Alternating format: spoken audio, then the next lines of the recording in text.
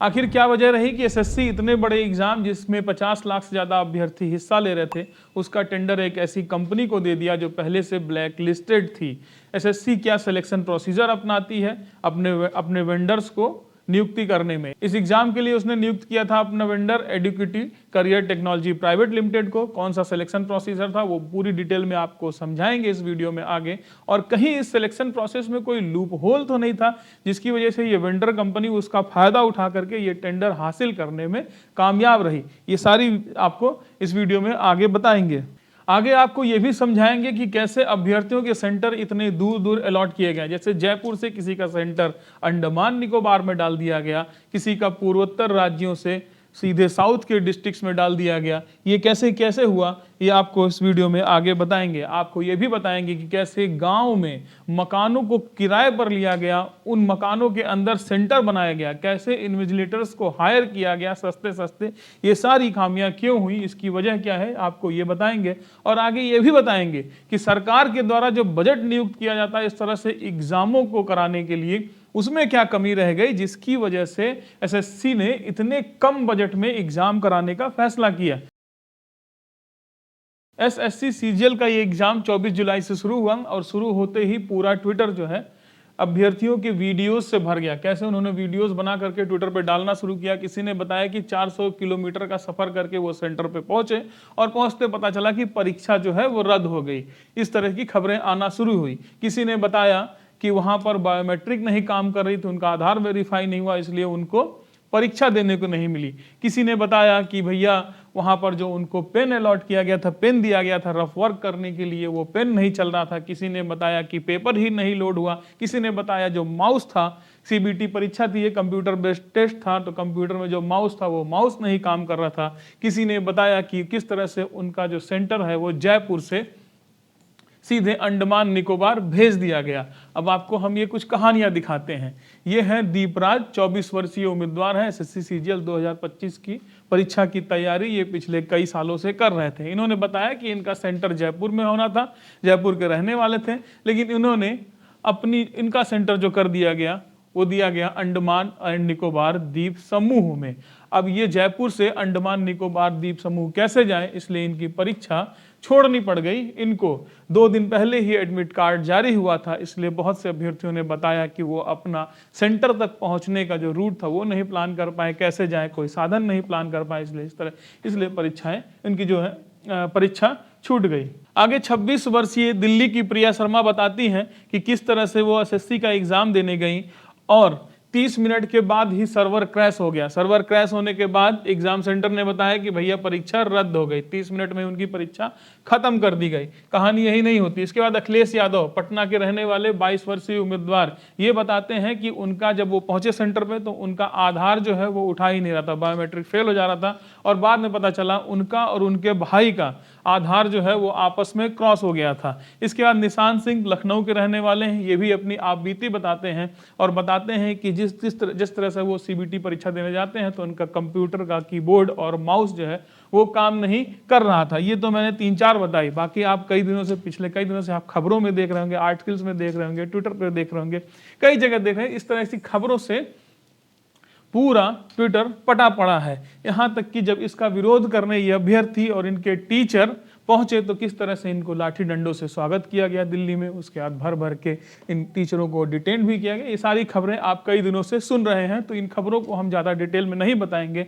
हमारा मोटिव है आपको बताना कि वेंडर सिलेक्शन प्रक्रिया क्या थी और उसमें क्या लूप होल था जिसका फायदा उठा करके ये वेंडर कंपनी ने इस टेंडर को हासिल किया और टीसीएस के हाथ से ये टेंडर कैसे फिसल गया।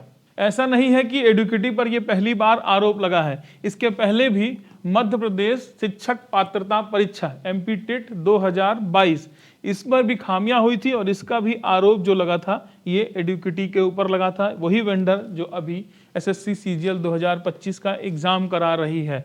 बताया ये गया था, आरोप ये लगाया गया था कि उस वक्त जो ये इसका पेपर आया था एमपी टेट 2022 का, इसका पेपर सोशल मीडिया पर वायरल हो गया था। हुआ यूं था कि एडुकेटी ने इस परीक्षा का संचालन राजस्थान की एक दूसरी, मतलब ये तो खुद वेंडर, इसने एसएससी से ठेका लिया और एसएससी से ठेका लेने के बाद इसने अपना ठेका किसी और को दे दिया। वो राजस्थान बेस्ड एक कंपनी थी जिसका नाम था साई एडुकेयर प्राइवेट लिमिटेड को इसने बेच दिया, आउटसोर्स कर दिया, और जिसने इसकी जिम्मेदारी और नियंत्रण पर सवाल उठाए गए। इस घटना को मध्य प्रदेश में व्यापम 3 का नाम दिया गया, मतलब एक व्यापम घटना थी। व्यापम घोटाला बहुत लोग जानते हैं, मध्य प्रदेश में भर्ती घोटाला, और इस घोटाले को भी व्यापम 3 का नाम दिया गया। इतना ही नहीं, एडुकेटी ने 2022 में मध्य प्रदेश की पटवारी भर्ती परीक्षा, जिसमें ग्रुप डी सब ग्रुप 4 कंबाइंड रिक्रूटमेंट टेस्ट के लिए ठेका लिया था, जिसमें 9.74 लाख उम्मीदवार शामिल हुए थे। यह परीक्षा 15 मार्च से 26 अप्रैल 2023 तक आयोजित होनी थी, लेकिन 30 जून 2023 को परिणाम घोषित होने के बाद नकल और अनियमितताओं का आरोप सामने आ गया। उम्मीदवारों ने रिमोट एक्सेस तकनीक के जरिए नकल की शिकायत की, जिसने एडुकेटी की सुरक्षा प्रणालियों पर सवाल उठा दिया। तो अभी ये कुछ नहीं, अभी और आगे देखते जाइए। अभी रेलवे भर्ती आरआरबी की 2019 की परीक्षा, एडुकेटी को रेलवे भर्ती बोर्ड की परीक्षा में पेपर लीक के आरोप सामने आया था। इस मामले में सीबीआई की जांच शुरू की गई और कंपनी पर अनुचित प्रथाओं का आरोप लगा था। इतना ही नहीं, महाराष्ट्र में हुए सीईटी एमबीए के लिए होता है कॉमन एंट्रेंस टेस्ट, मार्च 2023 में हुआ था। इसमें अभ्यर्थियों ने बताया कि उनकी स्क्रीन ब्लैंक हो गई, कुछ काम नहीं कर रहा था, सर्वर क्रैश और समय से पहले ही परीक्षा समाप्त होने की और नकल होने का आरोप जो है वो लगाया था। 150 से ज्यादा अभ्यर्थियों ने हाईकोर्ट में याचिका दायर की थी और परीक्षा दोबारा कराने की मांग की थी। अब देखिए, इस परीक्षा में भी एडुकेटी के ऊपर आरोप लगा था कि उसने परीक्षा सही से नहीं कराई, नकल हुआ और उनका सिस्टम क्रैश कर गया था। ये सारी लगातार एडुकेटी पे आरोप लग रहे हैं, लेकिन इन आरोपों को खारिज करते हुए एसएससी ने उसको ना जाने क्यों ठेका दे दिया। अब आपको एक लेटर दिखाने जा रहे हैं, इसको ध्यान से देखिएगा, आपको काफ़ी कुछ समझ में आएगा कि किस तरह से धांधली होती है। इसमें आपको एक नाम नजर आएगा, ये नाम है एडुकेटी। इसमें कहा जा रहा है एडुकेटी जो 2000 में फाउंड, जिसको बनाया गया 2000 में, इसको सेवरल पेपर लीक और चीटिंग केस में दोषी मांगा गया और 2020 it was blacklisted by the central directorate general of training from conducting any exam.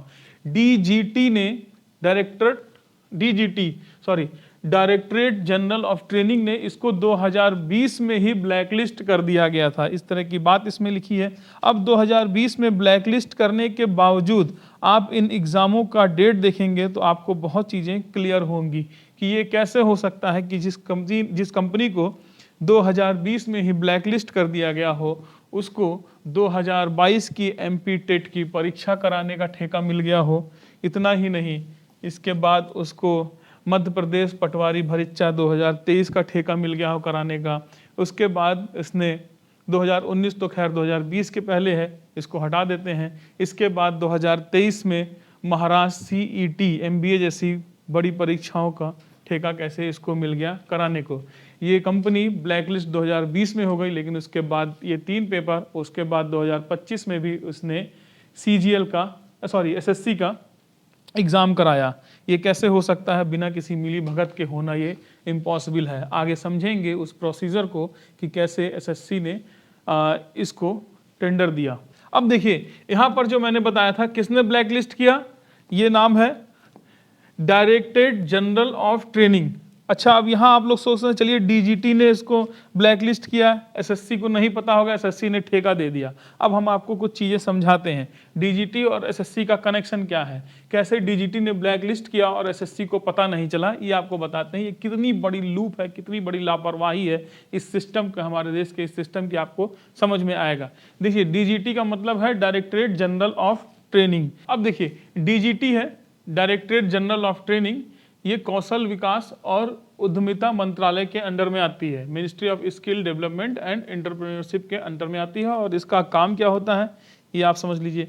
इसका काम होता है व्यावसायिक प्रशिक्षण देना, वोकेशनल ट्रेनिंग, कौशल विकास के लिए ये सारी जिम्मेदारी डीजीटी की होती है। डीजीटी जो है, DGT ministry of skill development और एंटरप्रेन्योरशिप के अंदर में आती है, कौशल विकास और उद्यमिता मंत्रालय के अंडर में ये आती है। इसका काम क्या होता है, ये व्यावसायिक प्रशिक्षण और कौशल विकास, स्किल डेवलपमेंट के लिए जिम्मेदार है। डीजीटी का मुख्य उद्देश्य औद्योगिक प्रशिक्षण संस्थान जैसे ITI, industrial training institute, ITIs और अप्रेंटिस प्रोग्राम और अन्य कौशल विकास पहलों पर के माध्यम से युवाओं को प्रशिक्षित करना ताकि वो रोजगार पा सके। ये डीजीटी का मुख्य उद्देश्य है, इसलिए डीजीटी बना है, इसलिए इसका काम है। अब देखिए डीजीटी को जो फंड देता है वो है डीओपीटी।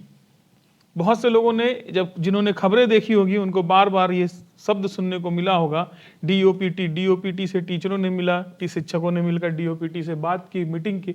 अब डीओपीटी का क्या रोल होता है? अब देखिए डीओपीटी वही है जो डीजीटी को फंड देती है और डीओपीटी वही है जो एसएससी को भी एग्जाम कराने के लिए पैसा देती है। Department of personal and training, यही डीओपीटी है। डीओपीटी ने डीजीटी को पैसा दिया ताकि वो परीक्षाएं कराए, आईटीआईज में भर्ती ले, प्रशिक्षण कराए। और डीजीटी जब परीक्षा लेती है और उसका वेंडर नियुक्त करती है परीक्षा लेने के लिए एडुकेटी को, और उसमें धांधली पाती है तो डीजीटी अपनी तरफ से उसको ब्लैकलिस्ट कर देती है। लेकिन जिससे उसने पैसा लिया, डीओपीटी इससे पैसा लिया और डीओपीटी को पता ही नहीं है कि डीजीटी ने ब्लैकलिस्ट कर दिया, और वही डीओपीटी फिर से पैसा देती है एसएससी को परीक्षा कराने के लिए, और एसएससी फिर से वही वेंडर को सिलेक्शन करती है एडुकेटी, जिसको डीजीटी ने ब्लैकलिस्ट कर दिया, और उसका सिलेक्शन करवा के फिर से परीक्षा करवाती है और फिर से परीक्षा में धांधली आती। मतलब समझ रहे हैं,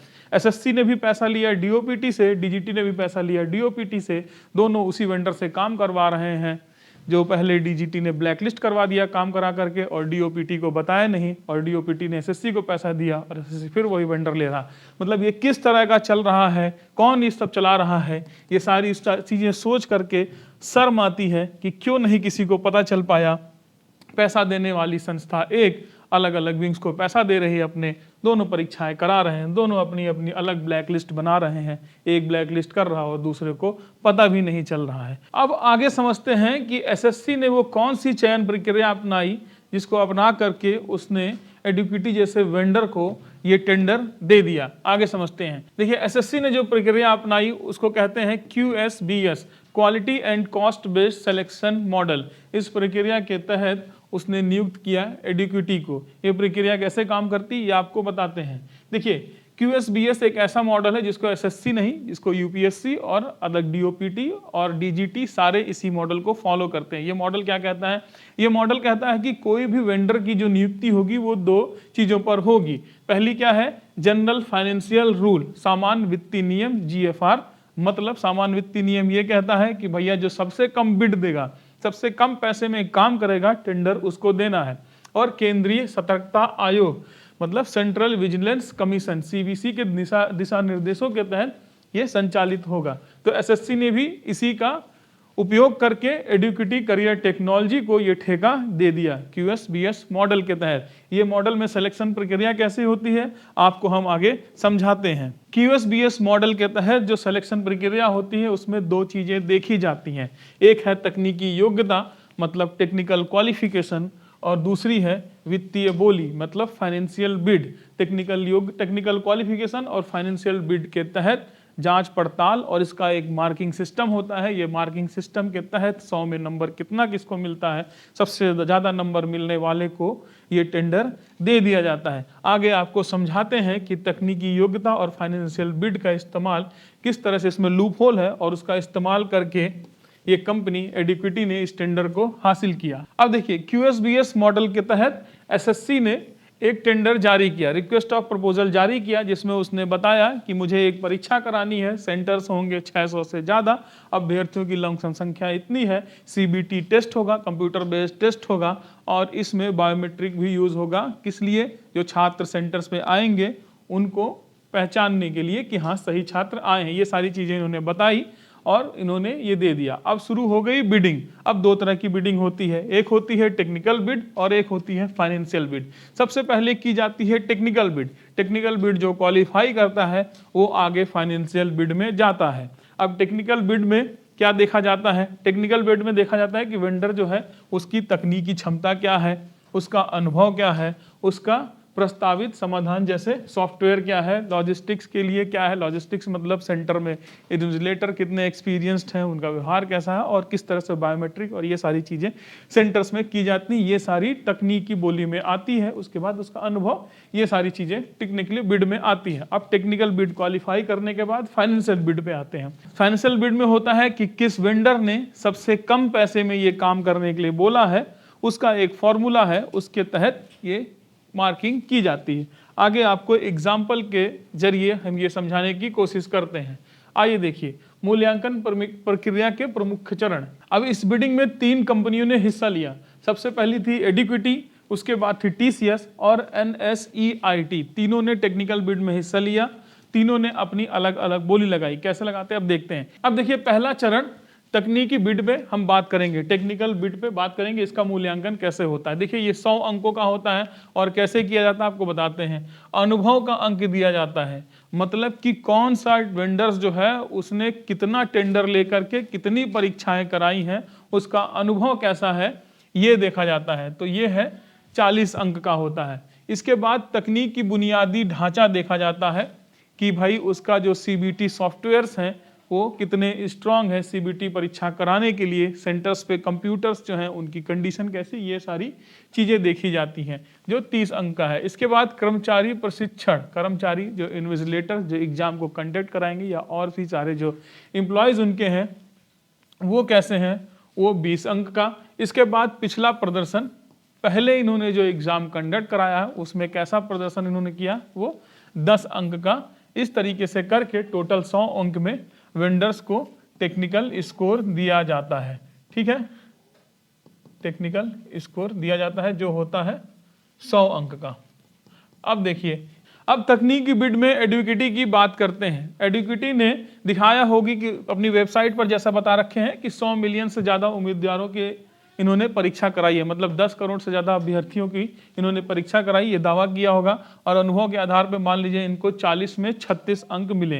इसके बाद तकनीकी बुनियादी ढांचा, इसमें एडू ऑनलाइन और इसके 2 सॉफ्टवेयर हैं, एक एडू प्रोक्टर और एडू ऑनलाइन, जिसमें एक ये सिक्योरिटी और एक ऑनलाइन एग्जाम कराने के लिए यूज़ करते हैं। सिक्योरिटी मतलब आधार वेरिफिकेशन और इन सारी चीज़ों के लिए, और दूसरा एडू ऑनलाइन एग्जाम को कंडक्ट कराने के। इनके पास 2 सॉफ्टवेयर हैं। इन सॉफ्टवेयर और ISO प्रमाण पत्र इनके पास है, वो सारी चीज़ें दिखा करके हो सकता है इन्होंने 30 में 27 अंक पाए हों। कर्मचारी प्रशिक्षण के नाम पर 20 में 16 अप्रशिक्षित कर्मचारी की शिकायतें इनके पास थी, तो 4 नंबर कटा होगा।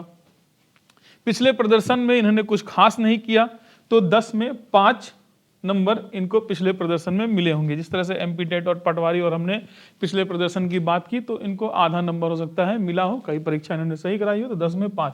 टोटल स्कोर इनका मान लीजिए 100 में 84 बनता है। ठीक है, अब आगे TCS की बात करें। TCS का अनुभव बहुत ज़्यादा है। TCS ने JEE, नीट, SSC जैसी हजारों परीक्षाएं बहुत पहले से कराते चली आ रही, तो 40 में 38 इनसे ज़्यादा स्कोर मिला। तकनीक की बुनियादी ढांचा 28 में 30, जाहिर सी बात है TCS का जो बेस है वो बहुत बड़ा है, इसलिए TCS को 28 में 30, टेक्निकली TCS बहुत ज़्यादा स्ट्रांग है। इसके बाद कर्मचारी प्रशिक्षण में TCS के कर्मचारी ज़्यादा प्रशिक्षित हैं, तो कर्मचारी प्रशिक्षण में भी TCS को मान लीजिए 20 में 18 या हो सकता है इससे ज़्यादा मिले हों। पिछले प्रदर्शन में TCS ने बहुत अच्छा काम किया है, तो 10 में 9 हम TCS को दे देते हैं। विश्वसनीय रिकॉर्ड रहा है TCS का, पहले एग्जाम इसने कराया, तो TCS को 100 में 93 नंबर मिल गया। मतलब टेक्निकली जहां इसको 84 मिले हैं, जहां एडिक्विटी को टेक्निकल बिड में 84 नंबर और 84 से 9 नंबर ज़्यादा TCS को 93 नंबर मिल रहे हैं। अब वहां देखिए कैसे आगे चल के आपको समझ में आएगा कि ये बिड एडिक्विटी जीत जाता है, जबकि इसके स्कोर उससे काफ़ी कम है। अब देखिए NSEIT का अनुभव एक हमने आगे ले लिया, 40 में 45, 30 में 26, तकनीकी ढांचा में कर्मचारी प्रशिक्षण में 20 में 16 और 10 में 8 पिछले प्रदर्शन में। इसको मिल जाते हैं 100 में 85। अब यहाँ आपको एक चीज़ समझ में आ रही होगी कि एडुकेटी को 84 मिले हैं, 93 TCS को मिले हैं और 85 मिले हैं NCET को। इस मार्किंग स्कोर से आपको समझ में आ रहा होगा कि बिडिंग तो भैया निकल गई किसके हाथ से, एडुकेटी को मिलने वाला ही नहीं, क्योंकि TCS और NCERT इससे टेक्निकली बहुत ज़्यादा स्ट्रॉन्ग जा रहा है। इसके 93 नंबर, इसके 85 नंबर, इसके 84 नंबर। लेकिन इस बिडिंग को पास करने के लिए आपको 100 में 70 नंबर चाहिए। तो 70 नंबर के हिसाब से ये तीनों जो है टेक्निकल बिड को पास कर गए। अब टेक्निकल बिड पास करने के बाद जो एडिक्विटी ने गेम खेला वो गेम समझना होगा। अब यहाँ शुरू होता है चरण 2, वित्तीय बिडिंग, मतलब फाइनेंशियल बिडिंग शुरू होता है। अब देखिए बिडिंग कैसे की गई। एडिक्विटी ने जो 220 रुपए प्रति उम्मीदवार के हिसाब से 273 करोड़ रुपए की बिडिंग की थी कि ये परीक्षा में 273 करोड़ रुपए में करा दूंगा। टीसीएस ने यही बिडिंग की थी 350 रुपए प्रति उम्मीदवार के हिसाब से 437.5 करोड़ रुपए। इसके बाद एनएसईआईटी ने कुल ठेका 462 करोड़ रुपए में कराने के लिए बोला था, मतलब सबसे ज्यादा फाइनेंशियल बिड एनएसईआईटी ने दिया था। उसके बाद टीसीएस ने बोला था हम 437 रुपया लेंगे और एडिक्विटी ने ये 272 रुपए में कराने की बात कही थी। अब देखिए वित्तीय स्कोर निकालने का फॉर्मूला क्या होता है। ये होता है कि जिसने सबसे कम बिड किया, एडिक्विटी ने सबसे कम बिड किया, उसके बाद वेंडर की बोली, किस वेंडर ने कितनी बोली लगाई और गुणे 100। अब हम एडिक्विटी का फाइनेंशियल स्कोर कितना निकलता है ये समझते हैं। तो सबसे कम बोली एडिक्विटी ने लगाया, तो एडिक्विटी ने लगाया 220 बटे वेंडर की बोली, एडिक्विटी ही वेंडर है उसने ही लगाया उसके 220 गुणे 100, मतलब एडिक्विटी का स्कोर बनता है 100। ये एडिक्विटी ने 100 अंक हासिल किए। इसी फॉर्मूले के हिसाब से टीसीएस ने 62 अंक हासिल किए और एनएसईआईटी ने 47.62 अंक हासिल किए फाइनेंशियल बिडिंग में। अब तीसरा चरण जो आखिरी चरण होता है वो ये होता है कि 70% टेक्निकल बिड 80% टेक्निकल बिड और 20% जो है वो फाइनेंशियल बिड को हम जोड़ देते हैं और उसके बाद सबसे ज्यादा स्कोर जो बनता है उसको ये टेंडर दे दिया जाता है। अब देखिए चरण 3 ये रहा। चरण 3 में हम देखें एडिक्विटी का, तो टेक्निकल बिड जो था वो 84 और उसका 80% हो गया 67.2। वित्तीय स्कोर इसका था 100 जिसका 20% हो गया 20। तो संयुक्त स्कोर जो टोटल इसका स्कोर बनता है वो 87.2 बनता है। इसी तरह से हम टीसीएस का देखेंगे। टीसीएस का टेक्निकल स्कोर जो था 93, इसका 80% 74.4। वित्तीय स्कोर मतलब फाइनेंशियल स्कोर इसका था 62.86 जिसका 20% 12.57 और इसका टोटल स्कोर बनता है 87.97। इसी तरह एनएसईआईटी का जो टोटल स्कोर बनता है 77.52। तो दोनों को जोड़ने के बाद आप देखेंगे एडिक्विटी का 87.2 हो गया और टीसीएस का 86.97 हो गया। अब आप समझ में आ रहा होगा कि किस तरह से एडिक्विटी ने ये बिडिंग जीत ली होगी, किस तरह से कुछ पॉइंट के अंतर पे टीसीएस को ये जो है टेंडर नहीं मिला होगा। अब मैं आपको समझा दूं कि टेक्निकल में अगर एडिक्विटी का स्कोर और भी कम होता तब भी कोई बड़ी बात नहीं होती। मान लीजिए टेक्निकल बिडिंग में, ये टेक्निकल बिडिंग जो हमने समझाया था इसमें एडिक्विटी का स्कोर जो है वो 84 ना होकर के हो सकता है इसका स्कोर 70 से थोड़ा सा ऊपर 72 होता। मान लीजिए कि अगर ये 72 होता तब भी एडिक्विटी क्या करता कि भैया हम जो करेंगे ये 273 करोड़ नहीं लेंगे, हम तो 200 करोड़ ही लेंगे, हम इससे कम ही लेंगे। तो अपनी बिडिंग को, फाइनेंशियल बिडिंग को और कम कर देता और फाइनेंशियल बिडिंग कम करके अपने इस स्कोर को बढ़ा लेता। तो इस बिडिंग का ये सबसे बड़ा लूप होल है कि अगर आप तकनीक की बहुत कम है तो अपनी फाइनेंशियल बिडिंग को और कम कर दीजिए। फाइनेंशियल बिडिंग आप जब कम करेंगे तो आपका स्कोर बढ़ जाएगा। मतलब यहाँ आपकी तकनीकी अच्छी हो और फाइनेंशियली आप कम कर दीजिए तो आपका स्कोर पाएंगे, लेकिन तकनीकी अगर आपकी कम है तो फाइनेंशियल और कम करिए तो आपको बिडिंग पा जाएंगे। और एडिक्विटी को पता है कि भैया आज तक हमको कोई मेरा कुछ नहीं उखाड़ पाया तो अब घंटा कोई उखाड़ेगा।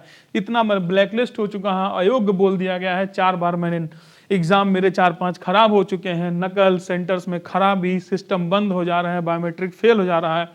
हमने पटवारी परीक्षा कराई, हमने सीईटी की परीक्षा कराई, हमने एमपी टेट की परीक्षा कराई, सब में गड़बड़ी के बाद भी आज तक मेरा कुछ नहीं हुआ। तो हमें करना क्या है? मैं 273 करोड़ नहीं, मैं इसकी बिडिंग कर दूंगा, फाइनेंशियल बिडिंग 170 करोड़ में कर दूंगा। करना क्या है भाई? एग्जाम सेंटर्स किस तरह से डिसाइड हुए ये आपको हम दिखाते हैं। कि एग्जाम सेंटर्स का यहाँ पर कोई पैमाना नहीं है कि एग्जाम सेंटर्स में क्या क्या होने चाहिए, कोई पैमाना नहीं है कि एग्जाम सेंटर्स में कुर्सियाँ कैसी होनी चाहिए, कंप्यूटर्स की क्वालिटी कैसी होनी चाहिए, रैम क्या होना चाहिए, प्रोसेसर क्या होना चाहिए, चलना चाहिए नहीं चलना चाहिए, बैकअप कैसा है, ये सबकी कोई गारंटी नहीं है। इसीलिए एडुकेटी ने क्या किया कि गाँव-गाँव में, मेड़ों में, खेत में जा करके भैया उसने क्या किया, 270 करोड़ में परीक्षा करानी है तो जा करके उसने क्या किया कि खेतों में जा करके एक मकान है उसको किराए पर लिया, घर वालों को ही शायद इन्विजिलेटर रख दिया, घर वाले भी खुश कि एक दिन का मुझे किराया मिल जा रहा है, जहां 50,000 रुपए किराया देना था वहां 5,000 रुपए किराया देना है। वो मकान मालिक भी खुश कि मेरे मकान का किराया निकल रहा है, खुद ही इन्विजिलेटर बैठ गया। इस तरह से वीडियोस लोगों ने बना करके डाले हैं, अभ्यर्थियों ने वीडियोस बना करके दिखाया है, बताया है कि मैं खेत में जा रहा हूँ, ये एक मकान है, इस मकान में हमारा सेंटर पड़ा है, पानी भरा हुआ है, रास्ता नहीं है, सेंटर दिया गया है। अब आपको और समझाते हैं, जब इस तरह से करना है तो एडुकेटी कहेगा भैया मैं 170 करोड़ में परीक्षा कराऊंगा, मकान भी नहीं लेना, मैं चटाई पे बिछा करके, खेत में चटाई बिछा करके उस पर बिठा दूंगा और बच्चों को कहूंगा परीक्षा दे दो, क्योंकि उसका कोई नियम नहीं है, कौन देखने आएगा, कोई नहीं, कौन कुछ करेगा, कोई नहीं। यहाँ सारा सिस्टम बिडिंग से होता है। या हो सकता है कि भाई एसएससी का कोई जिस तरह से आरोप लग रहा है कि एसएससी को अंदर से मिला है और इसने ये सारी चीज़ें करवाई हैं कि तुम टेक्निकल बिडिंग में कम जा रहे हो तो फाइनेंशियल बिडिंग कम करो, ये सारी चीज़ें की गई होंगी। आगे आपको हम बताते हैं कि किस तरह से परीक्षाओं में सेंटर्स डिसाइड होते हैं और सेंटर्स के रेट क्या होते हैं, क्यों ये किया गया है। अब आपको इस तरफ नजर आ रहा होगा टीयर 1, टीयर 2, टीयर 3 सिटीज़। देखिए जब भी एसएससी के एग्ज़ाम होते हैं या कोई भी एग्ज़ाम होता है तो वो टीयर 1 सिटीज़, दिल्ली हो गया, मुंबई हो गया, बेंगलोर हो गया, कलकत्ता हो गया, ये टीयर 1 सिटीज़ हैं, हैदराबाद हो गया, ये टीयर 1 सिटीज़ हैं। इन सिटीज़ के सेंटर्स महंगे होते हैं, इन सिटीज़ के सेंटर्स की किराया 50,000 1 लाख तक की हो सकती है। इसके बाद टीयर 2 सिटीज़ आ गए, जैसे पटना हो गया, लखनऊ हो गया, ये सारे कानपुर हो गए, ये सारे सिटीज़ टीयर 2 सिटीज़ में आ गए, इनके सेंटर्स के दाम और कम हो गए। उसके बाद टीयर 3 सिटीज़ आ गए, जिस तरह से कुछ छोटे शहरों की बात कर लें, जैसे रायबरेली हो गया, जिस तरह से अमेठी हो गया, ये टीयर 3 सिटी और सस्ते, और ग्रामीण में और सस्ते 5,000 10,000। तो इन्होंने क्या किया, टीयर 1 सिटीज़ में सेंटर ना बढ़ाने के बजाय इन्होंने डाल दिया बाहर अंडमान निकोबार, वहाँ पर और कम सेंटर्स हैं, इसीलिए लोगों के सेंटर्स अंडमान निकोबार चले जा रहे हैं, इसीलिए लोगों के सेंटर्स गाँव में चले जा रहे हैं, क्योंकि बजट 273 करोड़, बिडिंग इसने कम कर दी।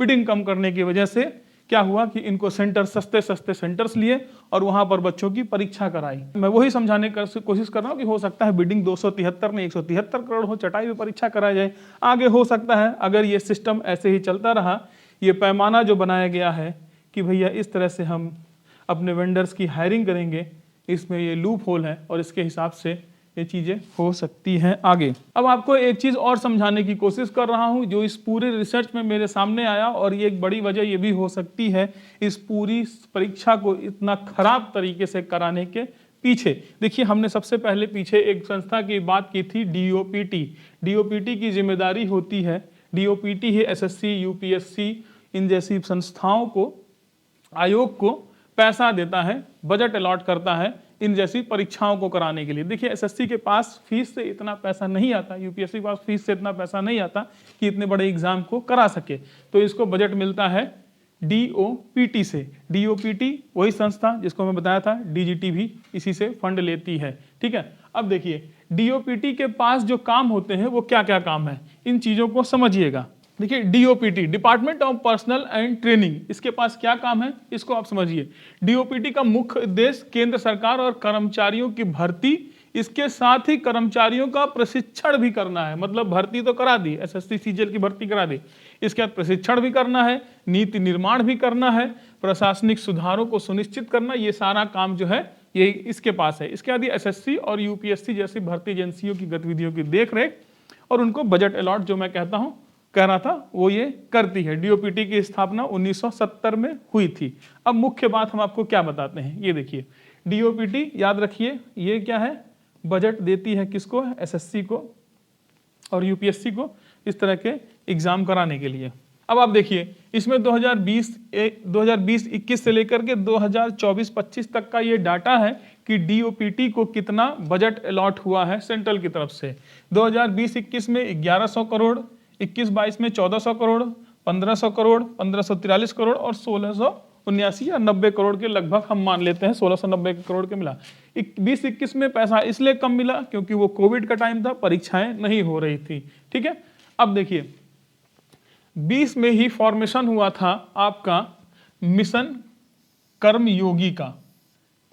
20 में मिशन कर्मयोगी नहीं था, 20-21 में, और 21-22 में बजट आया मिशन कर्मयोगी के लिए। मतलब जो डीओपीटी को पैसा मिल रहा है उसमें वो एसएससी का एग्जाम कराना है, यूपीएससी का एग्जाम कराना है, बाकी चीजें करानी है, सीपी ग्राम कराना है, ये सारी चीजें करानी है उसी पैसे में। और उसके बाद उनको एक और नई चीज दी गई, मिशन कर्म योगी, उसी बजट में।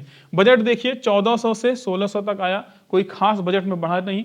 लेकिन खर्चे में देखिए सीपी ग्राम में ज्यादा खर्चा 50 करोड़, यहाँ आएंगे तो 100 करोड़, इसके बाद 120 करोड़, इसके बाद 150 करोड़, इसके बाद सीपी ग्राम में 200 करोड़ रुपए अभी तक इस साल खर्चा हो गया। इसके बाद मिशन कर्मयोगी इसमें नहीं है, इसमें देखिए मिशन कर्मयोगी 200 करोड़, 250 करोड़, 300 करोड़, 350 करोड़ अभी तक 24-25 में अभी तक मिशन कर्मयोगी में खर्चा हो चुका है। मतलब डीओपीटी का बजट इतना नहीं बढ़ाया जा रहा है जिस हिसाब से उसके ऊपर जिम्मेदारियां डाली जा रही हैं। डीओपीटी के पास कई सारी एक्स्ट्रा जिम्मेदारियां डाल दी गई हैं लेकिन बजट नहीं बढ़ाया गया। अब डीओपीटी के पास जितना पैसा आ रहा है उसी में उसे सारे काम करने हैं, तो हो सकता है डीओपीटी के पास ये प्रेशर हो कि कम बजट में हमें ये सारे काम करने हैं, इसलिए एसएससी के ऊपर दबाव गया हो कि बजट कम मिलेगा और कम बजट में ही वेंडर को फाइनल करना है। इन्हीं सब चीज़ों का फायदा उठा करके एडुकेटी जैसी कंपनियां जिनके पास तकनीक नहीं है वो कम बजट पे अपनी बिडिंग करती हैं, कम फाइनेंशियल बिडिंग करती हैं और इस तरह के टेंडर को हासिल करती हैं और अरे गहरे नत्थू राम खैरे की तरह ये सारे एग्जाम को वो कराती हैं बिना किसी रिस्पॉन्सिबिलिटी को लिए। और सामने क्या आता है, खराब सिस्टम, खराब कंप्यूटर सेंटर्स, खराब रास्ते, इन्विजिलेटर्स की सही प्रशिक्षण नहीं, इस तरह की चीज़ें बच्चों को फेस करनी पड़ती है। सेंटर्स जो हैं, जयपुर टियर 2 सिटीज़ का सेंटर अंडमान निकोबार क्यों भेजा जाता है, क्योंकि जाहिर सी बात है जयपुर में परीक्षा कराने की जो खर्चा है वो ज़्यादा है, अंडमान निकोबार में कम है। किसी गांव में सेंटर भेज दिया जाता है, दिल्ली के बच्चों का सेंटर भेज दिया जाता है गांव में, क्योंकि भाई वहाँ के सेंटर सस्ते होंगे, दिल्ली के सेंटर्स महंगे होंगे, इसलिए टियर 1 टियर 2 सिटीज़ के सेंटर्स को काट के इस तरह के गांव और पुरानी और अंडमान निकोबार जैसी जगहों पर सेंटर डाल के पैसों को बचाया जाता है। तो खैर ये चीज़ें हम आपको समझाने की कोशिश कर रहे थे कि एसएससी सीजीएल में ये सारी धांधली हो सकती है, ये सारी गड़बड़ियाँ हो सकती हैं, ये सारे लूप होल्स हो सकते हैं जिसका फायदा इस तरह की वेंडर कंपनियां उठा करके अपना मोटा मुनाफा कमाती हैं। पीछे और भी कई सारी चीज़ें होती हैं, उस पर ज़्यादा डिस्कस हम नहीं कर पाएंगे। फिलहाल ये वीडियो कैसा लगा है, कोई नॉलेज मिली हो तो कमेंट में लिख करके ज़रूर बताइएगा। नमस्कार, मैं ब्रिजेंद्र कुमार।